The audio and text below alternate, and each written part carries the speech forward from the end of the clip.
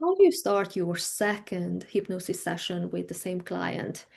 Now, first and foremost, I would I would discourage you, or when you're learning with me, then we have this mindset that single session mindset. Basically, you don't go into working with a client saying that we'll have 3 sessions or 6 sessions, but you are selling the results.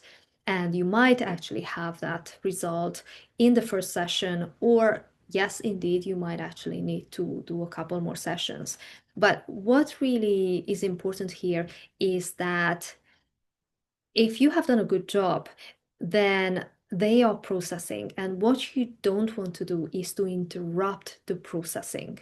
So the mind is processing, they are finding those resources, they are looking for those resources. So first thing that you will do is you might have a quick conversation with them just to assess the situation. Are they still in a processing state? Are they still mainly in an unconscious space when they're talking, or has that died down, has that finished?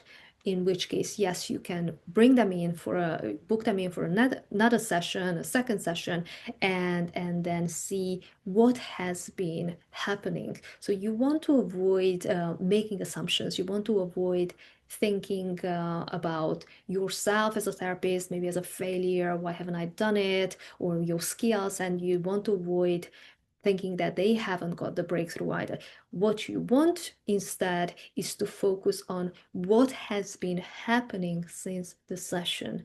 Yes, so asking those questions. So, what have you been experiencing?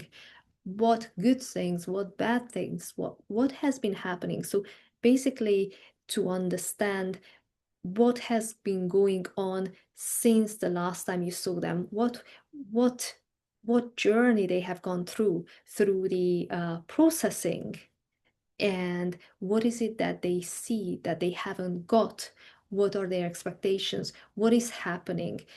So the same principle will be applied, basically curiosity rather than assumption, rather than thinking that they should have followed a certain route, because this is how you can get to that breakthrough the fastest way.